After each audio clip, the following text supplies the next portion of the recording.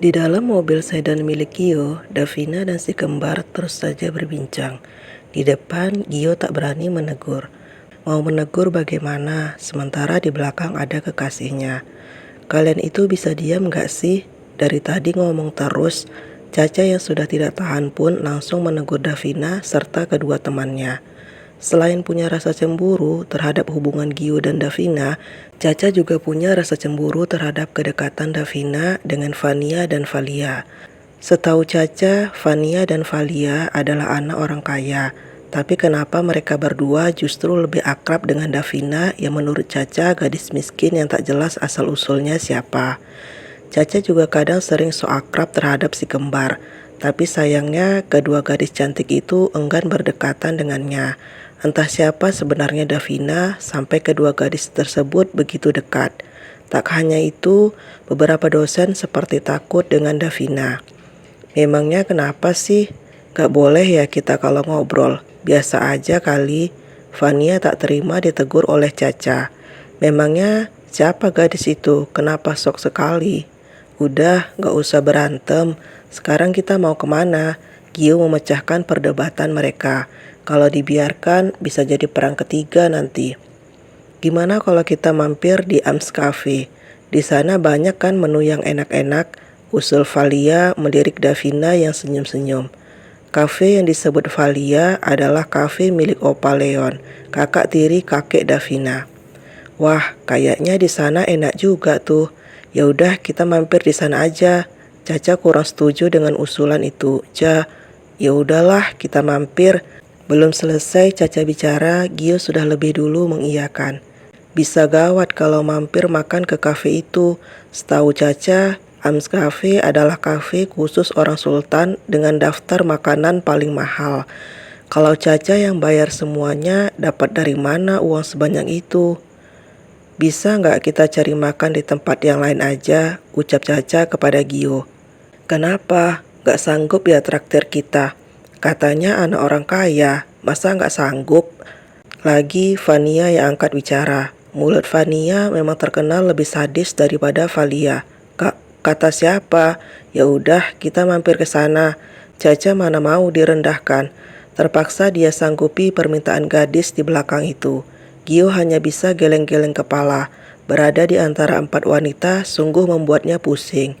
Tak lama mobil sedan itu pun mulai memasuki parkiran kafe. Mereka segera turun dan masuk. Jelas saja para waiters langsung menyambut ramah para pengunjung.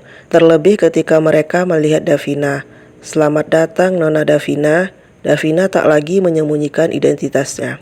Karena sebentar lagi dia akan membuka jati dirinya di depan mahasiswa di kampus. Caca semakin heran dan penasaran. Bagaimana bisa para waiters itu kenal dengan Davina? Mungkin saja Davina bekerja di sini. Tapi masa dipanggil Nona, batin Caca. Dia jadi semakin bingung sekarang. Davina, si kembar, Gio dan Caca duduk di tempat paling pojok. Seorang pelayan datang membawa buku daftar menu. Caca diam dengan jantung yang ketar-ketir. Mau sesederhana apa menunya di kafe ini tetap harganya selangit. Davina dan si kembar memilih menu yang akan mereka pesan. Aku mau pesan yang ini aja, kayaknya ini enak deh. Vania menunjuk menu dengan harga 8 juta. Sontak saja Gio terkejut dengan harga menu itu. Dan aku tolong catat yang ini. Davina juga memesan menu yang tak kalah mahal dari pesanan Vania. Maaf mbak, boleh saya bertanya? Gio akhirnya bicara. Kenapa menu di kafe ini mahal-mahal? Tanya Gio pada pelayan itu. Pelayan itu menjawab kalau Ams Cafe adalah paling berkelas di kota ini. Gio yang baru pertama kali ini mampir tentu saja terkejut. Sekarang dia mengerti kalau semua ini akal-akalan Davina untuk membuat Caca malu. Gio melirik Caca yang tegang. Pemuda itu bangkit dengan wajah yang kurang enak. Sudah, hentikan. Davina menatap datar. Gio seraya menutup buku daftar menu itu. Bawa buku ini dan segera pergi dari sini. Davina menyerahkan buku itu kepada pelayan. Baik Nona. Pelayan tersebut begitu sopan dan santun. Gio dan Caca terkejut melihat itu. Tidak tahu saja mereka kalau kafe itu adalah milik Opa Leon, saudara tiri Opa Alvaro. Kenapa? Kalian berdua kaget lihat aku akrab sama para pekerja di sini. Sampai segitunya, Gio sudah tidak tahan lagi. Davina, kamu sengaja kan melakukan semua ini sama Caca? Kamu mau buat dia malu. Davina ikut berdiri memasang wajah menantang. Aku nggak bikin dia malu. Siang tadi dia bilang kalau aku ini gadis miskin. Jadi aku cuma mau buktikan aja sekaya apa dia sampai bisa menghina orang. Giliran diajak makan di tempat kayak gini malah ketar-ketir. Gio mulai emosi. Dia menarik tangan Davina keluar dari kafe tersebut. Caca dan si kembar pun ikut menyusul. Bisa nggak sih kamu nggak bikin ulah, Davina? Caca itu nggak punya salah sama kamu, tapi apa? Asal kamu tahu ya, di belakang kamu dia itu selalu menghina aku. Dia bilang aku nggak pantas sama kamu lah, aku miskin lah. Tapi memang benar kan kalau kamu itu gadis miskin. Masih untung aku mau sama kamu. Plak! Sebuah tamparan keras mendarat di pipi Gio. Kepalanya tertoleh ke samping saking kerasnya tamparan dari Davina. Mata Davina menyala tajam. Dadanya naik turun merasa terhina dengan ucapan tadi. Gio terdiam. Tamparan itu terasa sangat panas dan kebas. Caca mendekat memberikan perhatian terhadap Gio yang baru saja kena tampar. Gio, kamu gak apa-apa. Apanya yang sakit? Davina tersenyum sinis. Dasar bermuka dua, pikirnya. Davina, kamu apa-apaan sih? Gila kamu ya, udah nampar Gio. Marah Caca dengan suaranya yang lantang. Davina maju satu langkah. Tatapannya semakin dingin seolah menusuk. Plak! Davina pun juga mendaratkan tamparan tersebut di pipi Caca.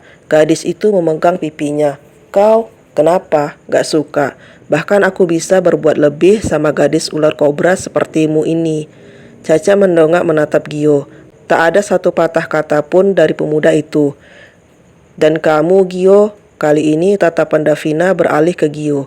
Aku gak nyangka ya, kamu bisa melontarkan kata hinaan itu ke aku. Hanya karena aku tinggal di kosan dan kamu bisa menilai bahwa aku ini adalah gadis miskin. Dulu Gio yang aku kenal tuh gak seperti ini. Tapi sejak gadis ini kembali, sifat kamu ke aku berubah. Apa kamu udah ketularan dia sampai berani menghina aku? Memangnya siapa kamu berani menghina aku? Sebelum kamu hina aku, kamu itu ngaca dong. Kamu itu cuma anak supir. Sesama miskin gak usah menghina. Dek, tatapan mata Gio terhadap Davina mulai nanar. Gio tak menyangka kalau Davina akan menghinanya balik. Kita udah menjalin hubungan ini selama hampir 2 tahun. Dan setiap aku ajak kamu buat ketemu orang tua aku, kamu selalu nolak. Maka dari itu kamu gak tahu siapa aku sebenarnya kan? Kalau kamu tahu, mungkin sepatah kata untuk menghinaku kau tak akan sanggup. Davina menghela napas panjang. Jika gadis lain hanya bisa menangis karena bertengkar dengan pujaan hatinya, untuk Davina, no. Untuk apa menangisi pria yang seperti itu? Aku udah capek sama hubungan ini. Aku mau putus. Kita putus. Gio mulai bereaksi. Apa katanya tadi? Putus. Dav. Guys, yuk kita pulang. Enek gue ada di sini lihat 2 sampah ini. Davina memutarkan tubuhnya dan berlalu pergi. Gio hanya diam berdiri mematung. Dia seolah masih syok dengan kata yang diucapkan Davina tadi. Gio, kamu gak apa-apa kan? Gio masih diam. Tatapannya lurus ke depan menatap kepergian Davina yang mulai hilang di balik pintu mobil mewah yang tiba-tiba datang menjemput gadis itu. Gio, kita pulang, ucap Gio dingin. Pemuda itu segera berlalu. Gio, tungguin. Gio berjalan tak lagi memperdulikan Caca yang berlari mengejarnya.